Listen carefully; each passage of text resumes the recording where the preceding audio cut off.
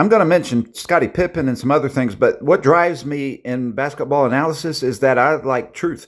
I like to pursue truth in all facets of life, and I like it. I have fun with it. I mean, I don't have a great memory like some of these guys, a lot of people really, but I always end up finding stuff that they were wrong about, or somebody, not that they're wrong about, that they didn't bring it up. They didn't bring up a certain part of the analysis. They leave it out, and sometimes it's on purpose, I think, that they do that, and other times it's not. Because when you pursue the truth, you realize it's not completely definitive who's the best player or what would be the best set of guys to put together on a team. And that's where I want to bring up Scottie Pippen and some other things. It's like, Jordan mentioned a team, if it wasn't AI and it was really Jordan saying this, but it was a good team because he says he wants Scottie Pippen on his all-time all-star team because of defense and being a good supportive player, off-the-ball player, what do you call it, facilitator. And he doesn't want anybody besides Scottie Pippen because he wants to be able to score himself, and he trusts himself to be one of the main scorers.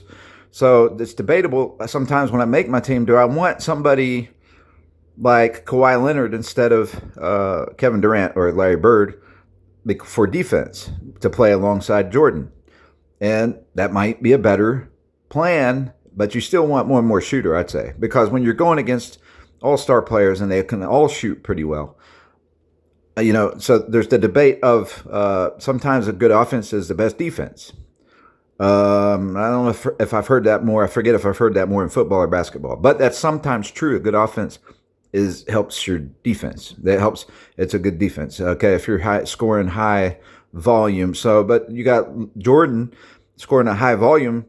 I mean, a high percentage, and then you have a good center who can score a high percentage, and then you got defensive players who you don't rely on to score too much, and that's a pretty good balance because if you're spreading the ball around to shooters who don't have as good a shot percentage as you, that brings down the percentage of the whole team, or it can, and it's good to have a player who stays hot. So you get a hot hand when you touch the ball more. You have more of a rhythm and consistency you can develop. And so I want to say something about LeBron James real quick. People criticize LeBron James because he doesn't seem to turn it on like Jordan and Kobe. I've seen him do it here and there though. But LeBron James is consistent though. He has pretty much a formula. He has a well-planned game, a well-planned formula he uses throughout the game, and he's steady and he's consistent. So he's not a deficit, and his consistency is at a high level, and he has a high percentage shot because of shot selection and good decision making and all that kind of stuff. And he can be a pretty good shooter. You could say everybody's streaky at times, so it's not just LeBron. They do focus on when he has been streaky, they'll focus on that. But you could do that even to Jordan, and they just didn't do that. They always want to show him at his best. So Jordan has times where he was in a slump. He didn't stay in a slump, but everybody has a slump too, shooting wise. So anyway, but what I want to say about Scottie Pippen is I do debate, should I put Scottie Pippen here instead of Larry Bird or Kevin Durant or Kawhi Leonard? And I would think, well, I might take Kawhi Leonard over Scottie Pippen because Kawhi Leonard does a little bit of everything. He has a high shooting percentage. He's a good defensive player. So those guys are comparable in a way, but Kawhi is a better shooter than Scottie Pippen. So, but he's not a facilitator. That I'm not aware of him being a facilitator. So I'm limited on everything I know here, on knowing too much. But I do know enough about Kawhi Leonard to say I don't think he's much of a facilitator, but he plays off the ball well, and he can carry the ball too. But he's more of a catch and shoot guy that can. So I'm limited on knowing how good his ball skills are, handling skills. But when you narrow it down to these top players, it's still a lot of stuff to study. So I'm a guy that likes to pursue truth, like I said, and so I just keep analyzing it when I have time, and I analyze other subjects, politics, and all these things too. So if I had more time, I would know more specifics about Kawhi Leonard, but he's a new person I've put in my list, see, because I'm like, man, we've overlooked Kawhi Leonard. And he's maybe the best defensive player in some ways. He's one of the best defensive players one-on-one ever. He can just reach up. He's like Stretch Armstrong. You ever seen that? Was that a cartoon? I forget. But he can just block stuff that you wouldn't expect anybody to block. Or reach out and steal something, steal a ball. Because he has a really good reach with his arm and good timing. So Kawhi Leonard, and then he has a very good shooting percentage, into the 50 percentiles, plus good three-pointers. So he's up there. His shooting percentage is almost up there with Kevin Durant's, but he doesn't shoot as much. So then, do I like Kevin Durant? How good is Kevin Durant on defense? Is he an underrated defender? Before he hurt his Achilles, he was a better defensive player than he was after he hurt his Achilles. I would grade him by his prime, though. Before he hurt his Achilles, on the all-time team, you got to grade them in their primes. So you take them for what they were in their primes. And so, but do I take Kawhi Leonard over Kevin Durant? It's debatable. I think Durant's a little more versatile than Kawhi.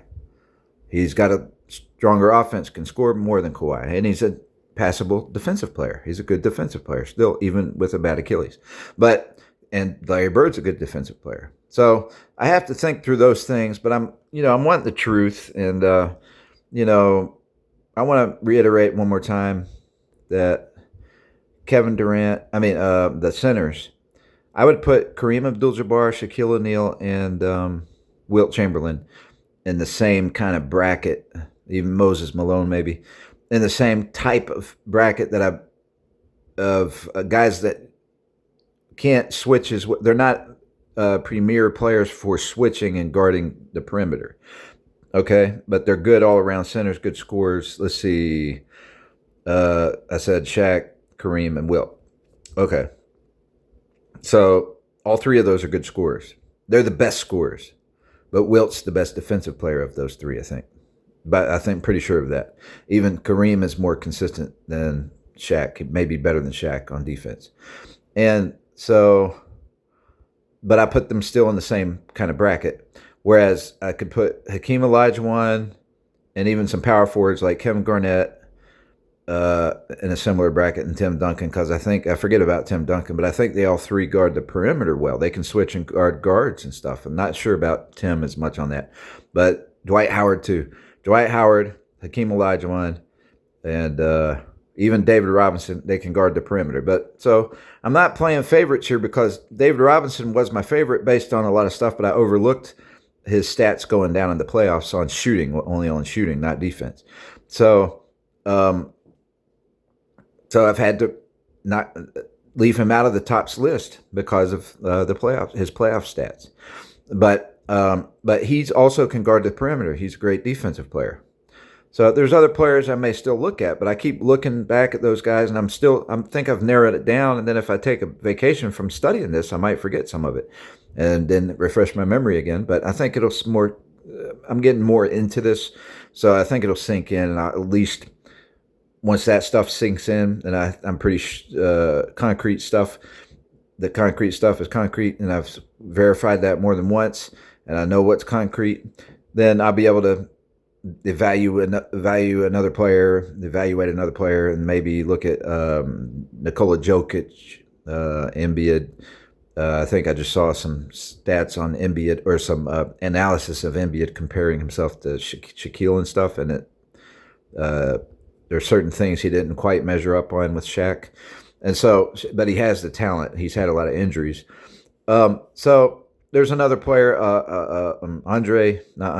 Anthony Davis, who, if he had played power forward, if he wasn't used out of position and center so much, he can do center, but he was best as a power forward, but he played too much center, not by his choice, not by his preference, but they should have kept on the Los Angeles Lakers, they should have kept Dwight Howard and JaVale McGee another year. They won the championship when they had Dwight and JaVale, while Anthony Davis was that power forward. And they could have won again probably. maybe a couple more times if they would have kept a good center and left uh, Anthony Davis at power forward. I'm telling you, so if barring no injuries, no major injuries. And then I could probably put Anthony Davis in the best of all time power forwards. And he may still have a shot at that with his new team. I forget how old he is. Is he 34 or 35 already? I was going to check that today and forgot. So, um, you know, hopefully he's younger than that. But I think he still has time, 2 or 3 years if he's 34, to be good.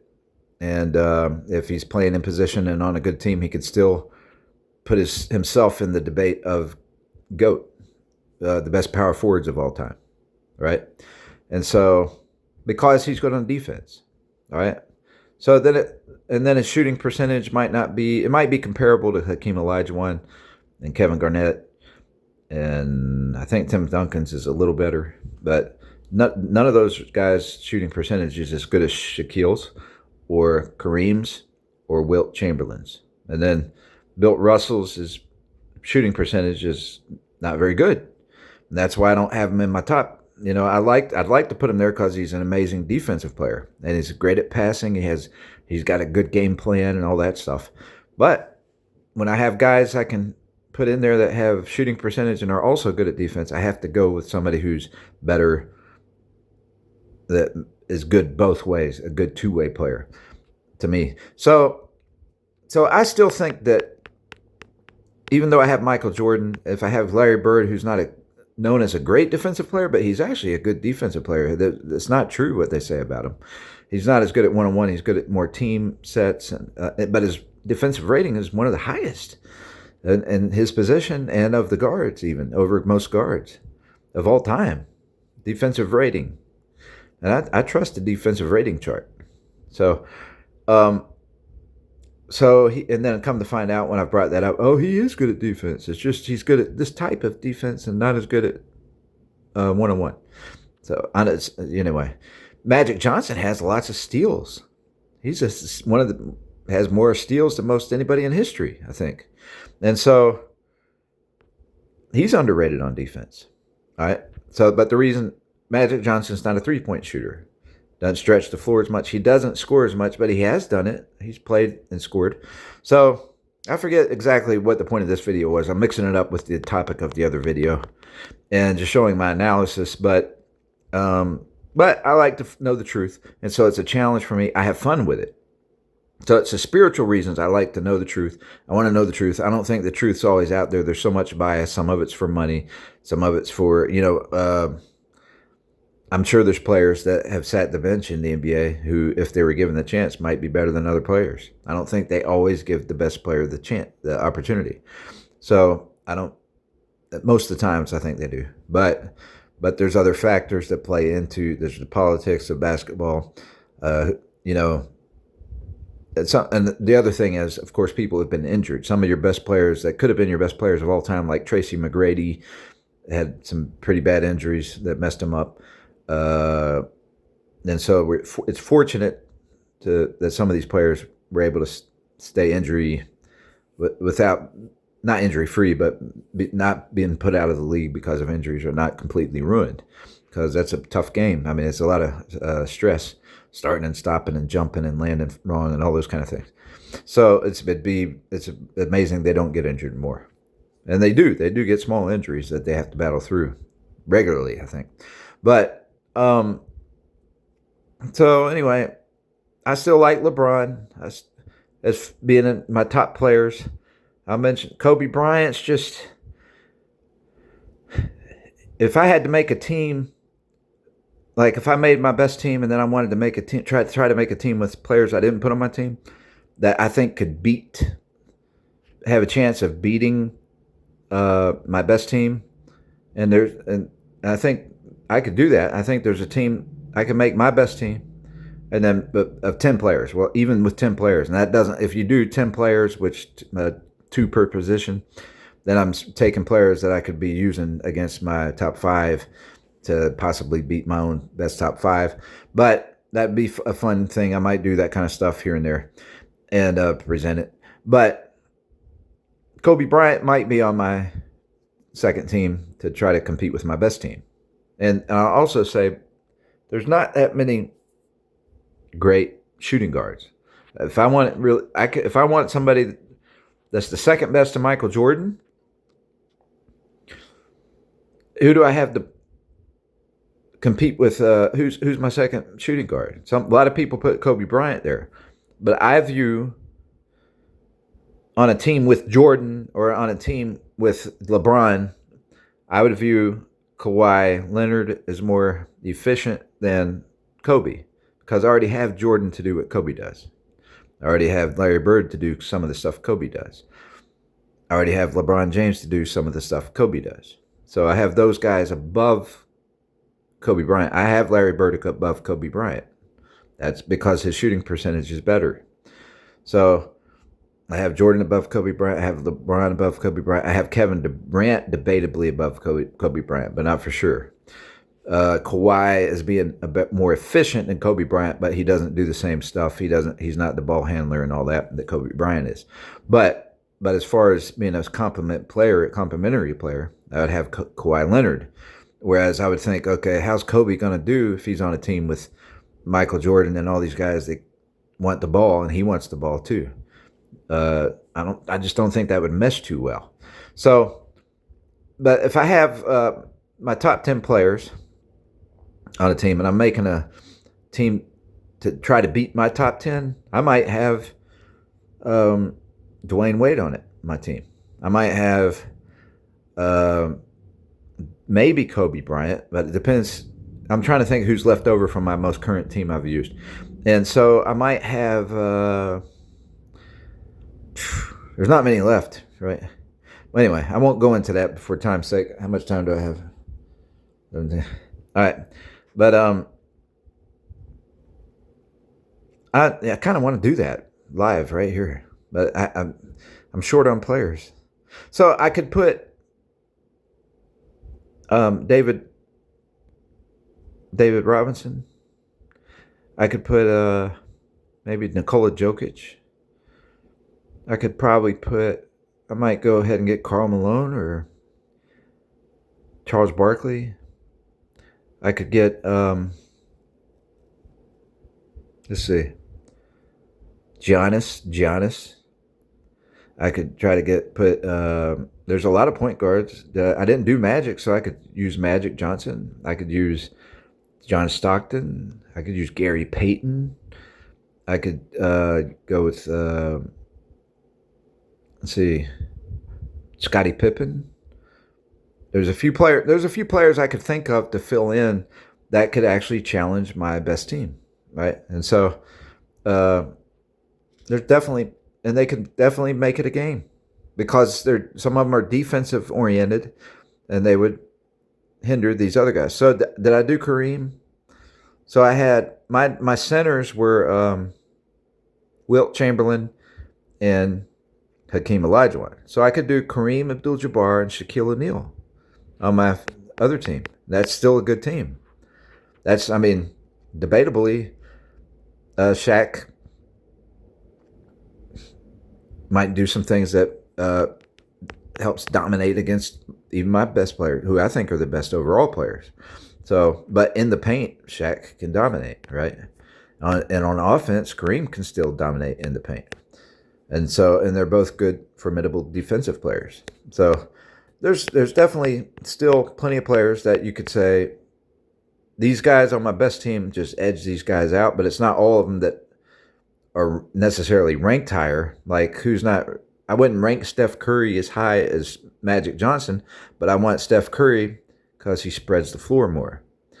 And then I have LeBron James, not because he's a better point guard than Magic Johnson, but because he's a little more balanced than Magic Johnson typically. Now, Magic can switch up and do stuff, and he may be a better option. It's debatable. I would I don't know, Magic has been underrated, and he could be better than Jordan. And technically, if you put him in the debate and they look back to how he used to be, and he played different roles, like he played center one game when Kareem was out or something, and he did excellent. And so Magic in a challenge is way better than people think, and he could challenge Larry Bird, he could challenge Jordan, he could challenge LeBron in his prime. I mean, and Magic Johnson's prime. So I could use Magic. I could use John Stockton, Gary Payton, and Jason Kidd, Oscar Robertson. There's plenty of guys I could use to challenge, and there's even some that aren't as well known. Sidney Moncrief, uh, he's good on defense and plus shoots 3-pointers. Way back when, and so anyhow, I would come up with something. But once you get Larry Bird, Kevin Durant, and Kawhi Leonard on your team, it's hard to find too many. I'm forgetting one guy's name, one of my favorite players. But you could also bring in Tracy McGrady. That's debatable because he wasn't playing long enough to show his shooting percentage go up to where I like. You have to have a good shooting percentage. But even Steph Curry doesn't have my favorite shooting percentage stats in the field goal range, but he does from long distance. And so he's just a unique player that he uniquely spreads the floor, widely spreads the floor, and that's a big deal. And so he plays off the ball well, too. And so, anyway, but when you have Michael Jordan, Larry Bird, LeBron, and Kawhi, I don't have to have Magic Johnson, is my point. Because I can use LeBron and have an extra elite scorer, basically, and a consistent elite scorer.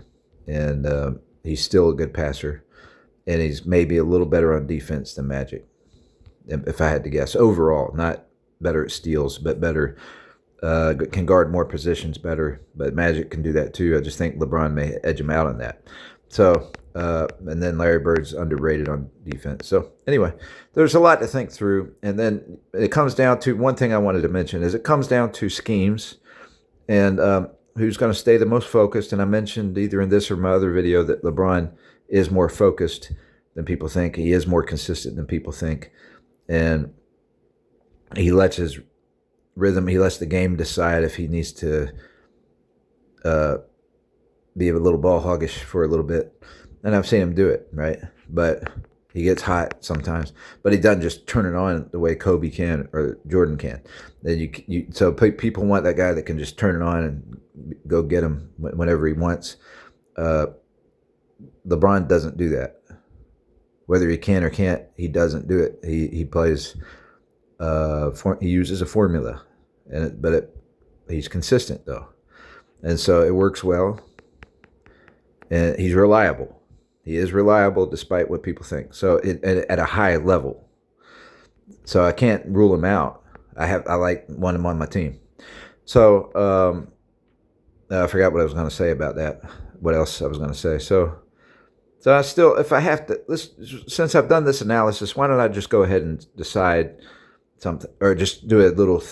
If after doing this analysis, let's see if I can pick not my best All-Star team, but the best top 5 players of all time based on that analysis. It's still hard to do, but I'd have to go with Jordan, Wilt, and not necessarily in this order. I think they're interchangeable depending on what roster you put them on. Jordan, Wilt, and LeBron are right there at the top, I think. And then Larry Bird. So the Hakeem Olajuwon could be closer up in there. And the reason I don't have Kareem there is not because he's not right there. It's just because I put Wilt Chamberlain there instead. And so for that position. And so, but Kareem's right there. It's hard to put him out of the top 5 because he fits in the top 5 too. In a perfect world, I guess in a perfect world, you can't fit more than 5 players in the top 5. So who am I leaving out? I did Larry Bird. Magic Johnson's debatably in there. I don't view Steph Curry as being that all-around good player. He's just he's a super duper specialty player that improves the team widely. But as far as his overall skills or talent, like to compete against one-on-one against LeBron, or being able to play 5 different positions like LeBron, Jordan can almost play 5 different positions too, and so can Larry Bird, really. And then so he just doesn't measure up for that. But he's such a good specialty player. You want to put him, you want him on your All-Star team. I put it like that. If you want to make the best team in history, you might. Steph Curry helps your chances of having the best team in history over almost most other players in a different way than all other players do, right? So, but I don't have him in my top 5 players of all time. So, as an overall, all around player. So, and he is good all around too. By the way, he's good on defense. He's good at ball handling. He's good at facilitating. He's good at everything he does at point guard, right? So it's just Magic Johnson edges him out as a facilitator, a quarterback, I guess you could say. But Steph Curry plays within a system perfectly, pretty much. So I don't know, but I'm just gonna say Jordan, LeBron, or let's say Jordan, Wilt, LeBron. It's one of those. Those are my top 3, I think. And Larry Bird's number 4. And you could argue Larry Bird over Wilt or Larry Bird over Jordan. I mean, Larry Bird over LeBron. You can debate that. I won't say, but my notion is to say that in that order. Sometimes I like LeBron over Jordan for team play, because he's more. His style of play, he uses the whole team, involves the whole team more. But Jordan, as far as just being a dominant player, is more capable of being that dominant player. And I think.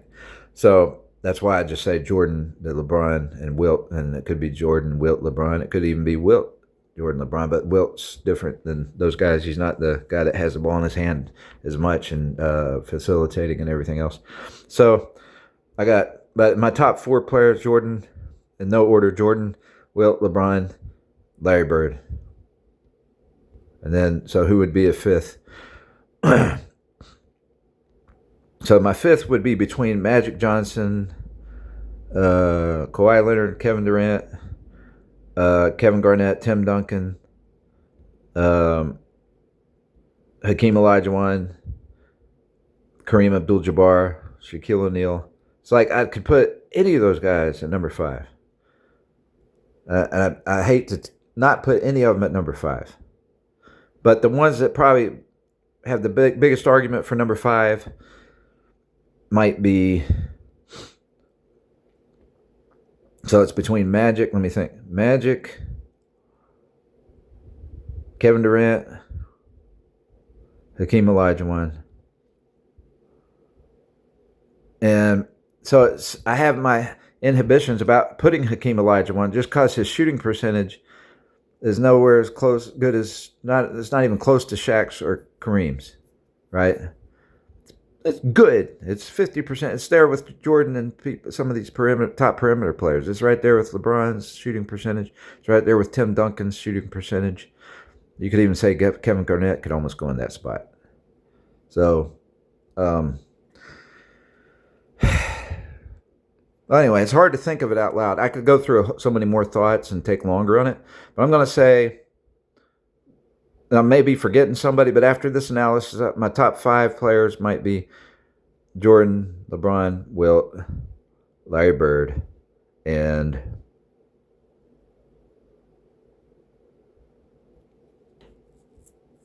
Tim Duncan because of defense. I might like to put Tim Duncan there or Hakeem Olajuwon because of defense. All right. And because they shoot decent. But then it's still hard. That might be it. But I'm going to think that through and write it down, actually. All right. I got to go.